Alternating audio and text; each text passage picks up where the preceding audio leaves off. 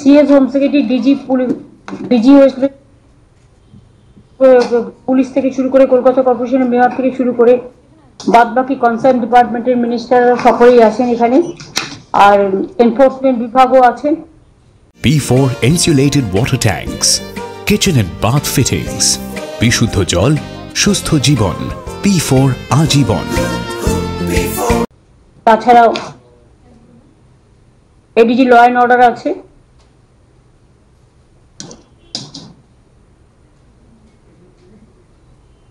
Vendors association, forum of traders organisation, Posta Bazar merchant association, cold storage association, poultry federation, agriculture department, agriculture and marketing department, the horticulture department, food department, police department, corporation department থেকে শুরু করে cooperation department থেকে শুরু করে সবাই আছেন এখানে, finance department, fisheries department.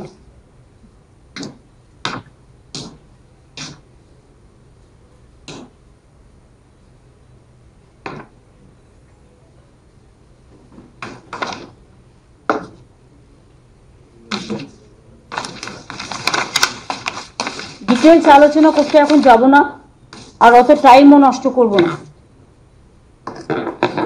আপনাদের সবসময় আমরা ডাকি যখন প্রয়োজন পড়ে, এবং আপনাদের তো আমরা সবসময় ডিস্টার্ব করি না। কখনো কখনো সিচুয়েশন আসে যখন মানুষের স্বার্থে আমাদের ডিস্টার্ব করতে হয়, একটা নিজেদের মধ্যে কোঅর্ডিনেশন বাড়াতে হয়, একে অপরের সহযোগিতাকে আরো বেশি ভালো করে বর্ধিত করতে। এ ব্যাপারে সরকারেরও যেমন দায়িত্ব আছে, যারা বিভিন্ন জায়গায় বিজনেস করেন, সাপ্লাই করেন, কোল্ড স্টোরেজ থেকে শুরু করে ধান কল থেকে শুরু করে এভরিওয়্যার, আমি বলছি হর্টিকালচার থেকে শুরু করে এগ্রিকালচার থেকে শুরু করে ফিশারিজ থেকে শুরু করে পোলট্রি থেকে শুরু করে মুরগি হাঁস থেকে শুরু করে সব জায়গাতে আপনাদের সবাইকে একটা গুরুত্বপূর্ণ ভূমিকা পালন করতে হবে। এবছরের মার্কেট প্রাইস আমি দেখে নিয়েছি, নেক্সট ইয়ারের প্ল্যানিংটাও আমাদের এখন থেকে করে রাখতে হবে, যাতে পরে কোনো প্রবলেম না হয়। যেহেতু একটা পয়েলগাঁওয়ের পরে একটা সিচুয়েশন অ্যারাইজ করেছে, সবাইকে মোটামুটি নিজেদের ভান্ডার রেডি রাখতে বলেছে। বাই চান্স আপনি বললেন কাশ্মীরের উপর দিয়ে যাবে, কিন্তু বাই চান্স যদি আমাদের এখানে হয়, তখন যেন লোকে কোনো প্রবলেমে না পড়ে। আর এই সময়টা কিন্তু টাকা ইনকামের নয়, এই সময়টা হচ্ছে মানুষের পাশে দাঁড়ানো। আমাদের অ্যাজ এ সিটিজেন সকলের কিছু না কিছু দায়িত্ব এবং কর্তব্য আছে। এখনো আমাদের সমস্ত জিনিসের দাম স্টেবল আছে মোটামুটি, তবে আগের বারের যা বাজার আমি দেখেছি তার থেকে 1 থেকে 5 টাকা বেড়েছে। বছরের থেকে অনেক, আমি তো দেখে না দেখে বলি না, ফ্রম লাস্ট ইয়ার ওই যে বললাম আলু এখন 18 টাকা কলকাতায়, আগের বার 17 টাকা ছিল। গত বছর এই সময় 28 থেকে 30 টাকা ছিল, ওটা অনেক বড়। তাহলে এই কাগজটা আপনাদেরই তো কেউ না কেউ দিয়েছে, কেন দিয়েছে ভুল কাগজ? ওয়াই আমি বলতে পারি প্রত্যেকটি সবজির দাম অনেক কম। এই কাগজটা কোথা থেকে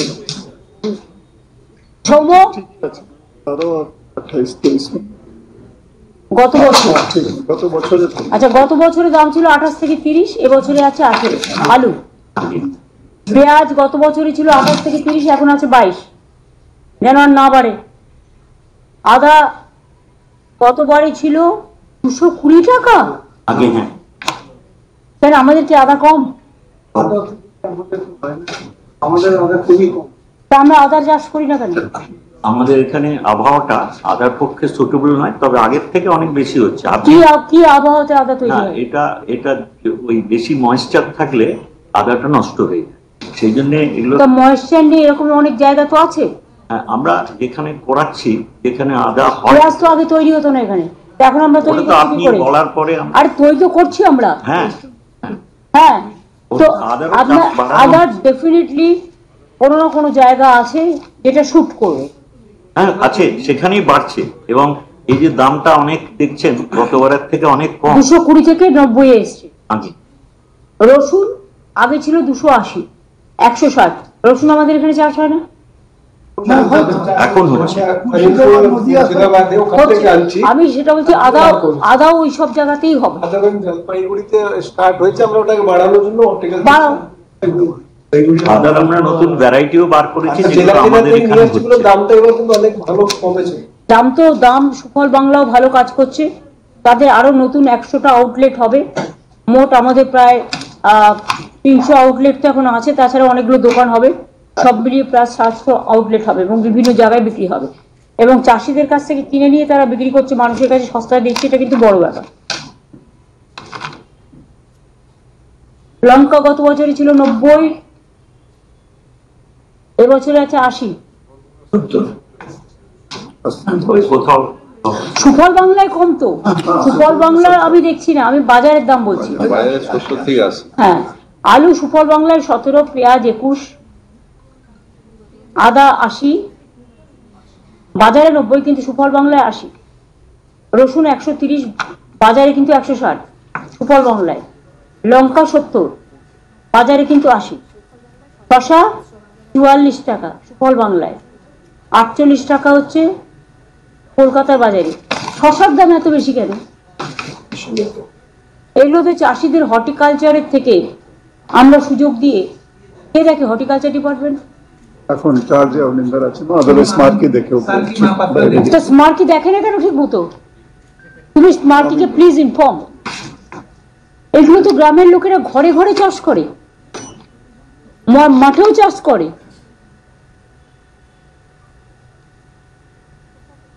পটল বাজার 30-35, কিন্তু আমাদের সুফল বাংলায় 28। লাউ 25-30 বাইরে বাজারে, কলকাতার বাজারে 24। কলকাতা বাজার শুধু দেখলে তো হবে না, আমাকে গ্রামীণ বাজারও দেখতে হবে।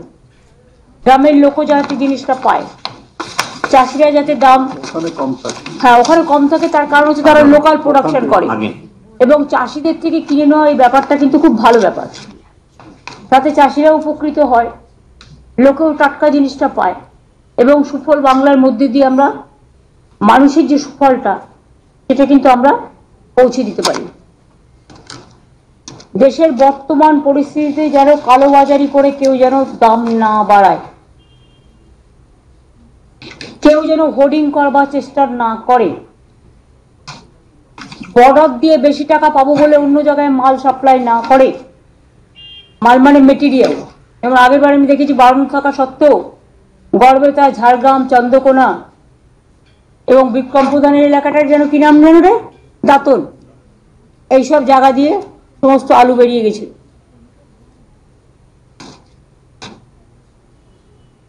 বর্ডার গুলোতে নজর রাখতে হবে। শিগদিনের তুমি দায়িত্বে আছো, প্রত্যেকটা ডিএম এর সাথে আমি বলবো, রাজীব একটা ভার্চুয়াল করি,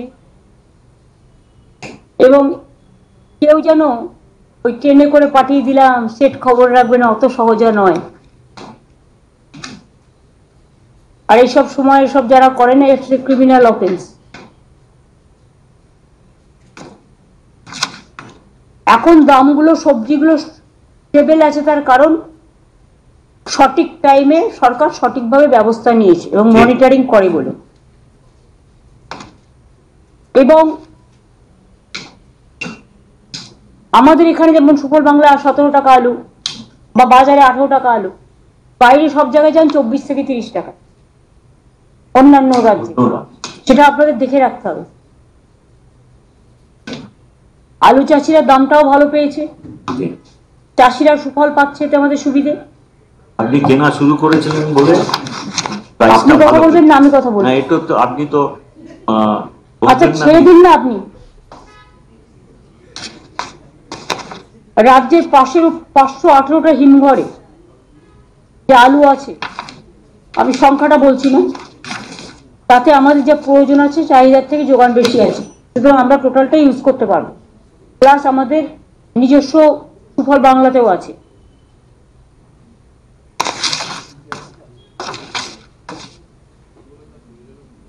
আমাদের রাজ্যে সুখসাগর জাতের পেঁয়াজ প্রচুর উৎপন্ন হয়। আগে পেঁয়াজ এখানে উৎপাদন হতো না, মাছ উৎপাদন হতো না, ডিম উৎপাদন হতো না, ইলিশ মাছ পাওয়া যেত না, তাকিয়ে থাকতে হতো। ইলিশ মাছের রিসার্চ সেন্টার 2013-তে আমি করে দিয়েছিলাম ডায়মন্ড হারবার। তারপর থেকে এখন ইলিশ মাছ ঢালাও এখানে পাওয়া যায়।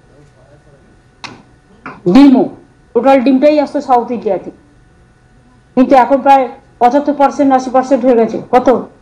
99%। আর 1% করে দিন। আমাদের এখানে ডিমটা, তার আমার ট্রান্সপোর্ট খরচাটা লাগবে না, না সস্তা হয়ে যাবে। ডিম প্রোটিন ন্যাচারালি বাচ্চারাও খায়, যারা ভেজও আছে যেমন নন ভেজও আছে। নন ভেজের মধ্যে মাছটা ডিমটা লোকে পছন্দ করে। মুরগি মাংসের দামটা একটু বেশি আছে, কিন্তু মুরগি মাংসের দাম বেশি আছে তার কারণ আমার যেটা মনে হয়েছে, আমার বুদ্ধি হয়তো কম হতে পারে, এই যে 200 থেকে 210 টাকা যেটা হচ্ছে, মুরগির অনেক পোলট্রি আছে আমাদের, তো আমাদের তো হাঁসের পোলট্রিও তৈরি করে দিয়েছি। তাহলে হাঁস আর মুরগি দুটো মাংস বিক্রি হচ্ছে না কেন? কম্পিটিশন যখন বাজারে আসবে, লোকে হাঁসের মাংস খায়। হাঁসের মাংস ছাড়ানোর একটা পদ্ধতি আছে, সেটা যারা মুরগির মাংস ছাড়ায় তারাও জানে কি করে করতে হয়। হাঁসের মাংসগুলো যাচ্ছে কোথায়? হাঁসের যে পোলট্রি তৈরি করে দিলাম, ডিমটা পাচ্ছেন যেমন, গ্রামের দিকে সবাই হাঁসের মাংস খায়, আমিও ছোটবেলায় খেয়েছি, কাজে এটা গ্রামে খুব পপুলার। বিভিন্ন জেলায় হাঁসের মাংসটাকেও যারা তৈরি করছে, হাঁসের জন্য, হাঁসের পোলট্রি করানোর জন্য আমরা টাকা দিচ্ছি ফার্ম করার জন্য, সেই মাংসটাকে বাজারে নিয়ে আসুন। যত আপনি কম্পিটিশন মার্কেটে নিয়ে আসবেন, নানা রকম ভ্যারাইটিস, যার ইচ্ছে এলো হাঁস খেলো, যার ইচ্ছে এলো কচু পাটা খেলো, যার ইচ্ছে এলো মাংস খেলো, যার ইচ্ছে এলো দুধ খেলো, যার ইচ্ছে এলো ঘি খেলো, যার যার খাবারটা তো নিজস্ব অধিকার না। কাজে এটাতে দেখতে হবে আপনাদের। আপনারা জানেন যে আমাদের 4000 পেঁয়াজগুলা সরকারি সাবসিডি দিয়ে করা হয়েছিল চাষির বাড়িতে নির্মাণ। এই বছর আরো 1400 পেঁয়াজ গোলা নির্মাণ করে মোট 5400 পেঁয়াজ গোলাতে পেঁয়াজ সংরক্ষণ করা হয়েছে। আগে যেন আশিক ছাড়া পেঁয়াজ আসতো না, কেউ কোনোদিন ভাবেইনি, তাই পেঁয়াজ এখন নিয়ন্ত্রণে আছে।